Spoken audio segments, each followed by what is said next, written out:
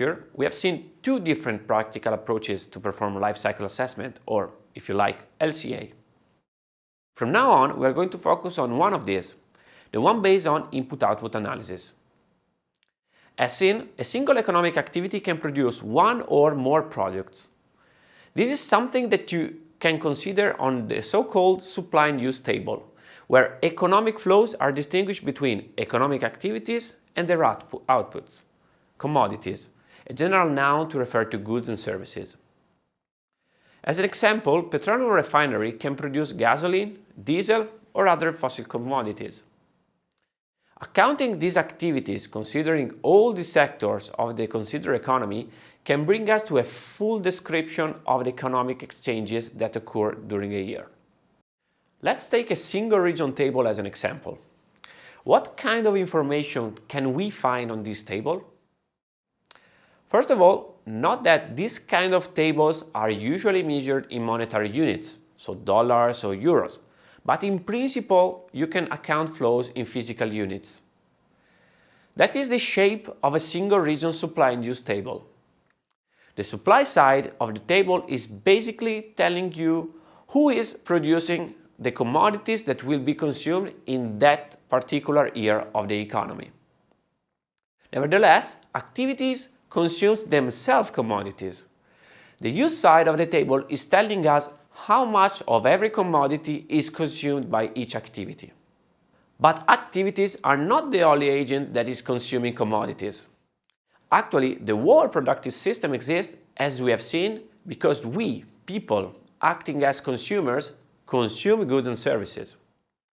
That is why it is also very important that supply and use tables present this information in the form of the final demand matrix. But it is not all. We still don't know nothing about what else is needed during the performing of activities. Don't you think that it is very unlikely that a productive activity occurs without importing from outside of our analyzed economy? In fact, it is important to know imports by activity. Also, activities are adding value to the inputs they receive when transforming them into outputs. Not clear? We will come back to this in a second. In fact, we also need to underline that if a table is an extended table, we will also have a few or many satellite accounts. This is where we find information on something that is outside with respect to the economic layer of accounting.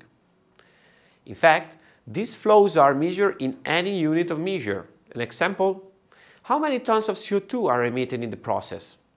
The answer to this question will be in this row, probably measured in tons of CO2 equivalent. Satellite accounts are the only non-monetary section of a monetary table. Intermediate or final consumption may be represented in physical or energy flows if there is a coherence among activities and commodities.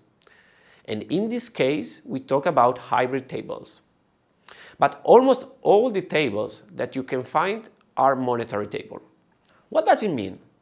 Basically that what is produced by each sector must be worth as much as what this sector is consuming, considering imports and value added.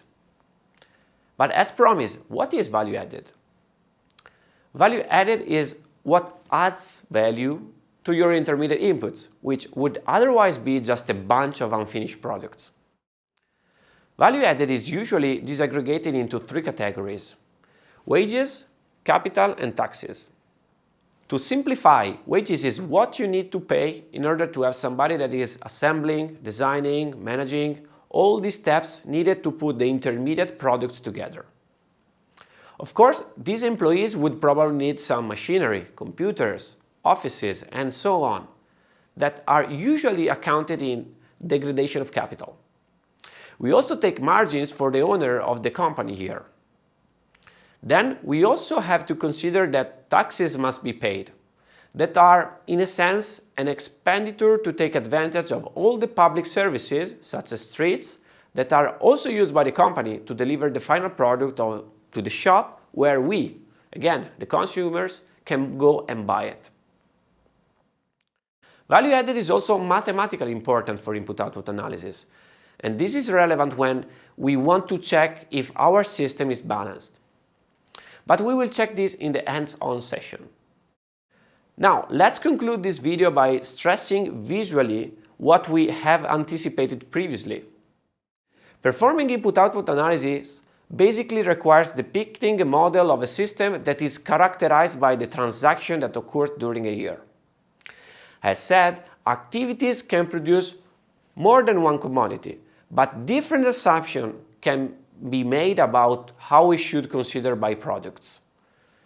That is practically what we, as industrial ecology modelers, do when preparing a model for performing impact assessments. Assumptions. These assumptions transform a system where multiple commodities are produced by activities, a supply and use tables, into an input-output table. Here we refer just to sectors, because the concept of commodities and activities do not exist anymore. From now on, we will focus on input-output tables.